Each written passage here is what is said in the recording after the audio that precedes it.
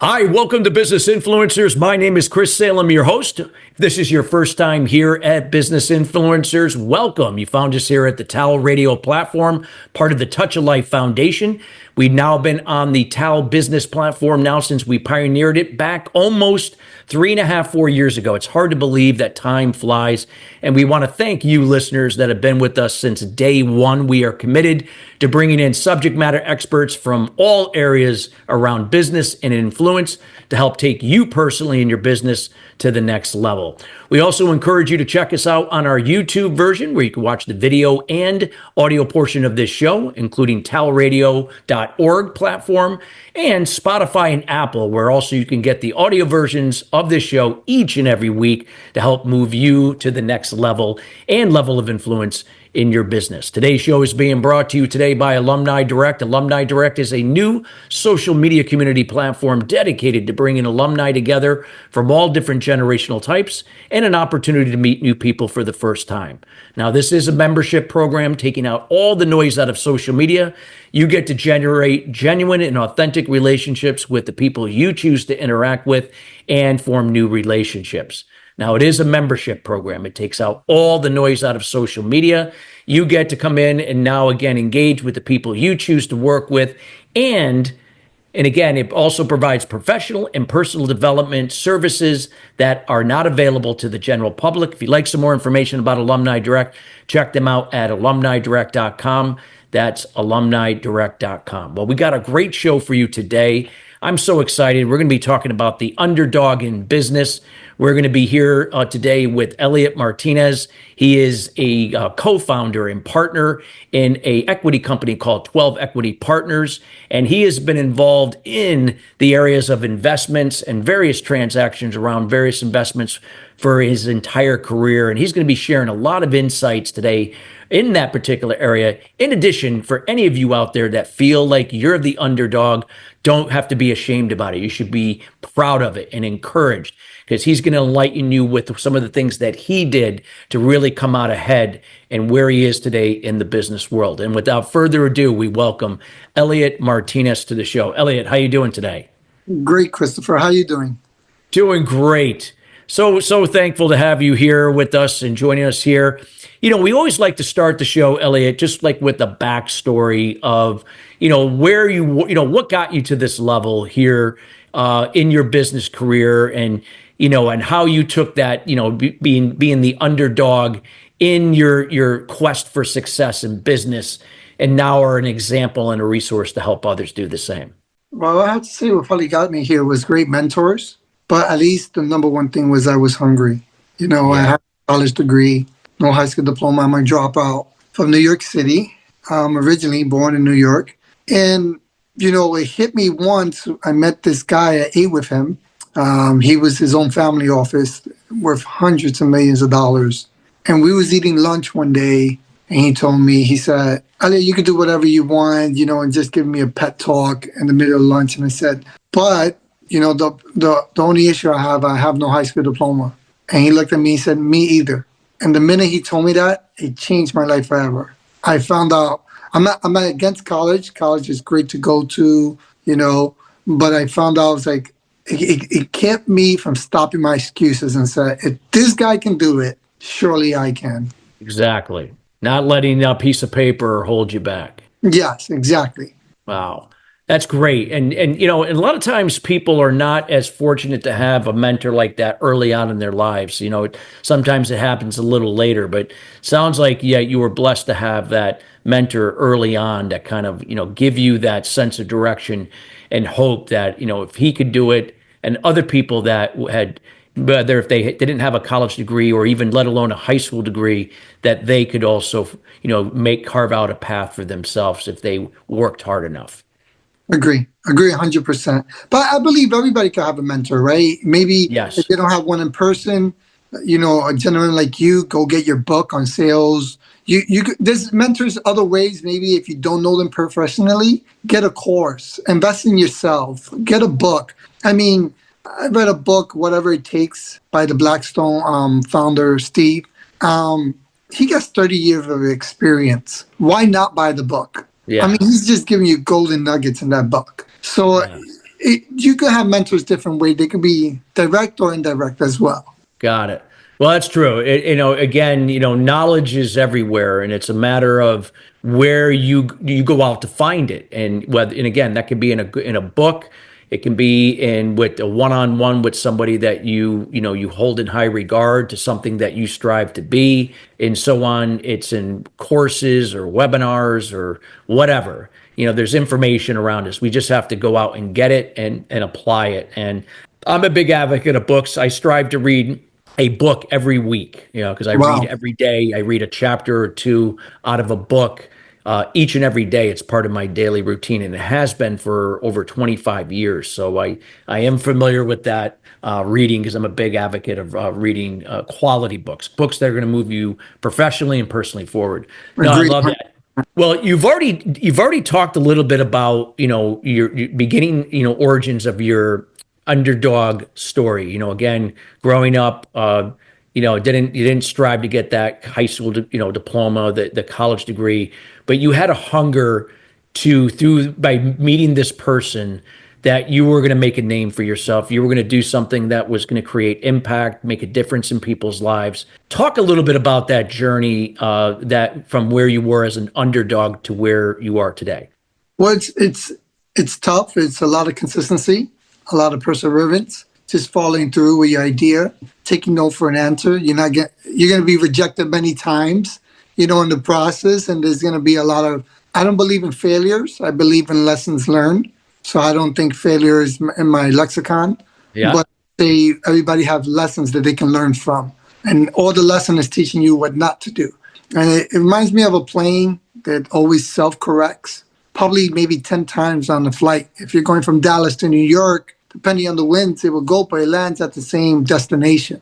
So I would say businesses like that, you're going to have a lot of layovers or, roadside road bumps, but the whole goal is to follow the GPS and go right back to the road and get to your destination. I agree. And I love what you said about failure, because a lot of times people are afraid to try something new or put a creative idea into motion because of fear of failure or fear of what other people might think. And those are the very things that hold people back. Yeah. If you fail, great. You learn from what didn't work, adapt to what is, and try again. And I agree. I've learned more about sustainable success, in my life. It was through my mistakes and failures, not from what just went right, but what didn't go right. And failure is a great teacher to do that. So thank you for sharing that.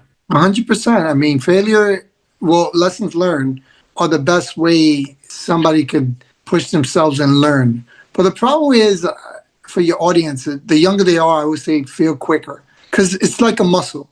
The more you get to know let's change it to a temporary defeat. The more you get to learn the temporary defeat, you just get stronger and stronger. But not doing nothing is actually more scarier. Not even trying to fail or trying to make a mistake or trying to take a risk. I would say it's more scarier, because then you become paralyzed to your own mind and fear and whatever is speaking up here, right? And environment's another thing, right? When you are in a certain type of environment, it just changes the way you think. If you're where people who are, when you're people doing billions and billions of dollars of deals, and you're only doing $80-100 million deals, they start inspiring you to think more. So I will also say another way to avoid a lot of temporary defeats is find mentors, like we said, the books, or indirect, or somebody who's at the place you want to be at, and ask them, hey, will you mentor me? But doing it wise.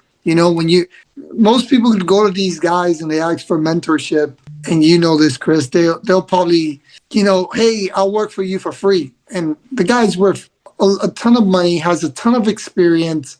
Your free labor is not going to help him. Yeah. He's going to help you more than what your free labor is going to give him. Exactly.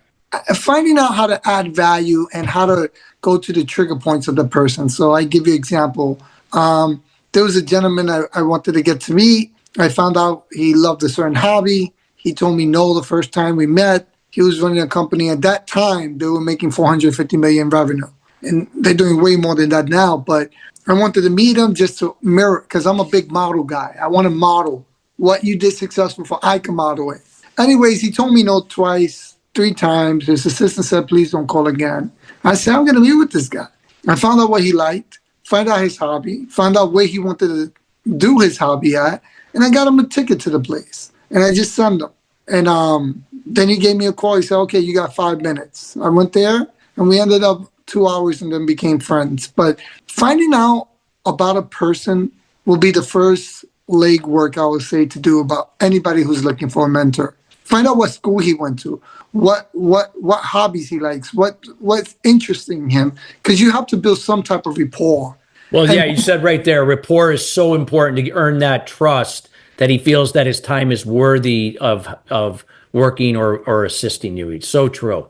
Correct. Build a rapport, build a unity, and then that's how you can little by little develop that friendship and relationship to get credibility. Yeah. So true. I love that, what you said that. And you also said something earlier before that is, how we think and how you talk to yourself each and every day. I always like to say, when I wrote Master Your Inner Critic, Resolve the Root Cause, Create Prosperity over 8 years ago, we have what we call an inner champion and an inner critic. And, we're listening maybe to both, but which one are we listening to most of each day? Is if it's the inner critic, it's that voice that's telling us that we're an imposter, we're not worthy, we're not everything that what people think we are. And these are the things that hold us back, for not taking calculated risk or following through or afraid to take chances, versus the inner champion that says, hey, you got nothing to lose. Just you live once, put it out there, do your homework, but don't be afraid, to put it into action. And so we gotta make sure we're operating from that inner champion, like what you alluded to when you said, and how we think. That was it's so true that I found him even in my own personal success journey. No, agree 100%. It's like I said, environment. But your environment is what you create. It's your state of mind. So that's why you got to be picky with who you hang out with, picky who speaks into your life. You want people to speak into your life who's going to push you to be better, and not nobody who's going to just drag you down. So I would tell people audit who even advice they listen to, but because the environment creates your state, and then the state creates who you'll become. Yeah, that's so true. Yeah, what you just reminded me is that, how we think will determine how I be. How I be will determine what I become. What I become will determine how I do things differently. And then how I do things differently will determine the results that I can have and obtain because of all the things, because I'm thinking differently and being it to become it. And so many people get caught up in the do and the have, and not in the thinking differently to be and become it. It's like building a house on with no foundation. What's going to happen to that house? It's going to crumble. It's going to come crumbling down. Yeah. Yeah, it's going to collapse big time. You want a good foundation, and the biggest foundation is your heart and your mind. Yes. Right? All businesses is your state. That's all it is. I've seen guys who are not that bright and do very well, and then guys who have MBAs and they work for a bright guy. I remember one time going into one of my mentors' office, same gentleman, and anyways, they own a bank. And I remember he said, you see that this guy, we pay him a good salary and he makes us a good return. But the guy had an MBA, and you start thinking man, this guy is smart. He can probably do this on his own. But it's not the school. It's none of that. It's all your state and what you start believing. The more you believe in yourself, I also believe in a higher power. But the more you believe in yourself, you'd be surprised what you can accomplish. Yeah, so true. What you just said, belief is so powerful. And a lot of times, people put their belief in their higher power, which is great. But it's like with anything. Energy is a two-way thing. Your faith itself will open up opportunities, or sometimes it does it through putting you through challenges and to see how committed you are to see it through. but it's not like it's going to be handed to you on a silver platter. You got to do your part. And when you said that, that was so true. That what got me to think that. So thank you for sharing that. Oh, you're very welcome. You're very welcome. Yeah. What would you like say, like, to somebody that's listening to the show right now, somebody or might be listening later that's struggling right now. That maybe they had a business that folded, or an idea that, or a project they were working on didn't really come to fruition for whatever reason beyond their control. What would you say, from your experience, being an underdog and where you are today? What would you say, what would be that first piece of advice you'd give that person? Don't take no for an answer. Don't, no plan Bs. Burn the boats. Conquer the land. I mean, there's so much times that I had those temporary defeats, same thing, whoever that person is, I've been there, but just keep hitting at it, keep punching it, keep punching the bag, and eventually it's going to break. Yeah. But also is, what do you learn that you couldn't repeat again? Like if you're going to make some mistakes, learn what mistakes not to repeat again, and how to expedite that time. So in my case, I learned having the right partners. Certain partners can actually slow up your time. Certain partners can expedite your time. And you want the partners that will expedite your time and add value. But at the same time, I would tell that person, become a valuable person. Because the more value you can add to people, it'll add value right back. But you can't be that way either. You got to start adding value. So whether it's developing your skills, but always find a way to add value to people. And I think that your future will look super bright. Absolutely. And that word you use, valuable, one of the lessons I learned when, early on in my career was, as a leader, I was always available. And I thought being available to everybody, my people who worked for me, my customers, clients, that was a good thing, being available. But really, being available was exhausting to me, and all I was doing was just enabling them and pleasing them to be dependent on me, and that wasn't moving anybody forward. But when I learned how to be valuable, like setting boundaries and setting certain times when I could then help them, not just doing it for them, but empowering them, encouraging them, using, sharing and suggesting resources for them to help themselves, encouraged more interdependency than codependency. And now that was less exhausting, and they were able to learn things and apply and grow. Not easy, but when you said that word, it really stuck out. And I think a lot of business owners, what you said, they have to learn how to become valuable and before they can be of value to somebody. So that is so important, what you just shared. No, it's super important. It's the reason why Jeff Bezos made a lot of money, right? Elon Musk made a lot of money, right? Warren Buffett, all the biggest, smartest guys, all they did was add value to more people in this world. That's it. When you look at it in a nutshell, Amazon made so much convenience for people to order stuff. That's value, right? Yeah. You got to go to the store. Tesla being a great car, aka data company. Warren owning some of the best companies like Coca-Cola, which serve billions and billions of drinks a year. They add value by quenching your thirst and marketing, so the more value you add, you can never go wrong, Yeah, that's true. I love it. Love what you shared there. What do you feel like, because you shared a lot of golden nuggets today, not taking, not taking no as a final answer, and, keep stepping up to the plate, and talked about, can you share with us, like, from, that, when as you rose through your success to your success, was there any other thing, part of your process that got you here that you could share here with the audience? Don't be emotionally attached to a deal, and walk away. Some of the best deals you make is the ones you walked away. My chairman saved me from a deal that I would have lost tens and tens of millions of dollars easily. And to this day, that's one of the best deals I did because I didn't do it. Yeah. Exactly. It freed up your money for other projects, instead of getting tied up in losing money. Yeah, losing money in this case, yeah. Yeah. So what happens with most people is, they think, I have to do this deal. I have to do this deal, and sometimes just walk away because what's meant for you is meant for you.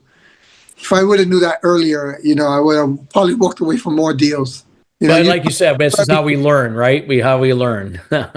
exactly, and the good thing, my chairman saved me to that because he learned his years of doing that, being in private equity, and I'm always grateful for him. Every time I look at him, I give him a hug and I say, "You saved me from bankruptcy." Well, I'm Which so is true. thankful that that didn't happen, and so that's somebody should always be forever grateful that he's in your either your circle, board of advisors, or whatever that may be. So I think that's great. What would be any other things that you could share? Like again, to embrace the underdog persona. Because I always say an underdog is always going to be hungry, right? Just because now you were hungry and now you got to where you wanted, where you want to be right now, doesn't mean like, hey, I can rest on my laurels. I got to still be hungry. I gotta find other ways to get better, whatever Be, that means. And it's not always be, about money. It could be about your personal well-being, no, your relationships, all of the above. but be resourceful. Yeah. Right? Be resourceful. That'll be something every underdog could use, right? Because you're Yep. limited in resources. So be very resourceful. Always maintain being resourceful. And don't, like you said, we get in our own heads to put fear, but always, always, always call someone who knows someone. Don't be afraid to ask for help, right? If you want to come out from being an underdog, and even if you maintain yourself as an underdog, keep asking for help because you'd Yeah. be surprised how many people are out there who'll be willing to help you, and all you having to do was act. Yeah. And that's another thing that a lot of times, people, that where they are here or why they're up here is because they don't know how to ask. They feel like if I impose myself on someone, I'm doing something to them instead of for them. And a lot of times people like to feel like that they're helping somebody, but if you don't ask, you'll never receive. And Exactly. yeah. No, it's Wow. you have not because you ask not, right? So if you want to be receiving, you gotta be willing to act. And the big, a guy said he said one time was that you gotta tell everybody your dreams. But it's one of the biggest fears a human being has is to share their dreams because what happens if it doesn't happen? But Yeah. you'd be surprised. I have learned the more you share it and you open your big mouth, the more you gotta be held accountable. Yeah. Then it's going to determine what type of man or character you have, whether you want to go through with that accountability or not. But sharing is never a bad thing at all. Yes, exactly. 100%. But with 100%. humility, don't be arrogant, right? You know, Yep. you don't want to go approach somebody who you admire who can change your life and the reason why I say be resourceful is because sometimes people think it's money, but the truth is, me and you know that one relationship can change your whole life. Mm, so One true. guy can change your life. And, my first deal, what opened my eyes was no real contracts, nothing signed. And it was supposed to be for $250,000. And long story short, the day we was going to close the deal, a lot of my friends said, "Oh, you're an idiot." Now, I don't recommend nobody ever do something without a contract signed. But this older guy was a man of his word. And day of closing, money wired. And that's when I had the epiphany. I said, wait a second.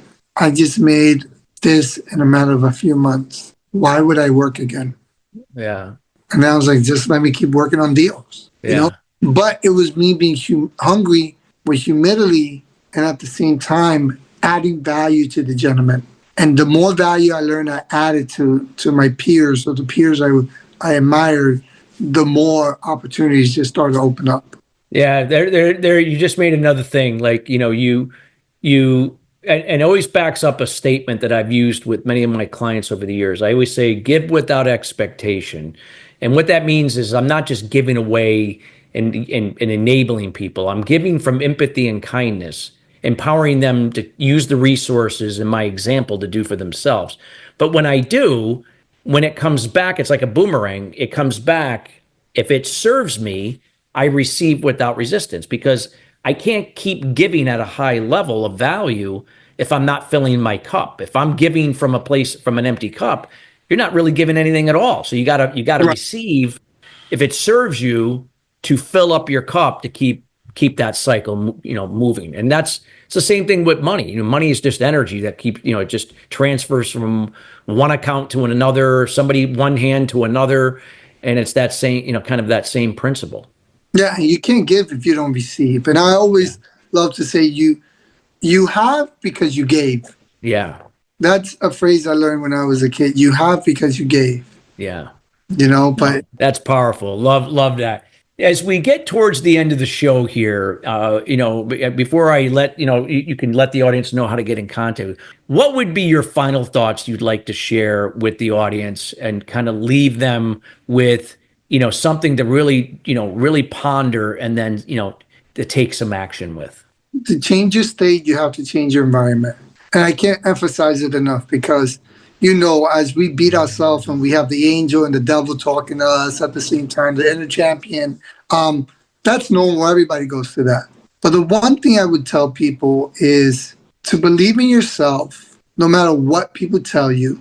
And the older you get, you learn you don't care what people say. Yeah. So not caring what people think. I met a gentleman who at 72 years old decided to go to college, got his associate's degree, started a company, and became a millionaire at that age, around 75. Could you just imagine if he would have worried about what everybody thought? Well, that's just it. Yeah, you can't let that's one thing I've learned along. Just you got to stay in your lane. It's not about what other people think. It's only what you think. Unless somebody has some valid insights that, like a mentor, but it's not that they're making the decision for you. You're just using it as a benchmark to decide if if are you deciding you're on the path you want to be on. Correct. And just keep going for it, and dream big. Dream big. If I can tell anybody, dream big. Yeah. Even if you have a temporary defeat, figure it out, enjoy the journey, because that's the most important thing in life, right? You don't want to live life out of fear and on defense. You want to live life on offense. Absolutely. That's the live life. Love it. Well, we are towards the end of the show. Elliot, thank you so much for taking the time out of your schedule to be with us. Just some valuable insights and golden nuggets that you shared. We want to thank you, me personally, and the team here at Business Influencers and everybody here at the Touch of Life Foundation. Thank you again. And we'd love to leave this, next minute or so where you could let the listeners know how can they get in contact with you? What are you up to, and anything you like to share or offer them? On LinkedIn, Elliot Martinez. We're going to be changing it soon, but you can look at 4J Inspire Investments and Google Elliot Martinez on LinkedIn. Actually, somebody's opened me up other social media platforms, and I have a website, is ejminspire.com. Great. And we'll make sure, everybody, that is in the show notes as well. So we highly encourage you to connect with Elliot on LinkedIn. Also check out the website. And again, just a great, great gentleman you want to get to know, be part of your network, someone who values mentorship and now is in a role to mentor other people like yourself. So we highly encourage that. Thank you again, Elliot, for being with us here today. My pleasure. Thank you. And thank you, listeners, for joining us each and every week here at Business Influencers. Again, we are dedicated to your success in each and every way and helping to raise your level of influence to the next level. If you'd like to hear content on a future show that we have not covered, reach out to us here at chris@christophersalem.com, and one of our team members will take that information and get back to you for a future show that we can align with the future subject matter expert. Till then, everybody, have a great rest of your week, and we'll see you next week at the same time. Take care.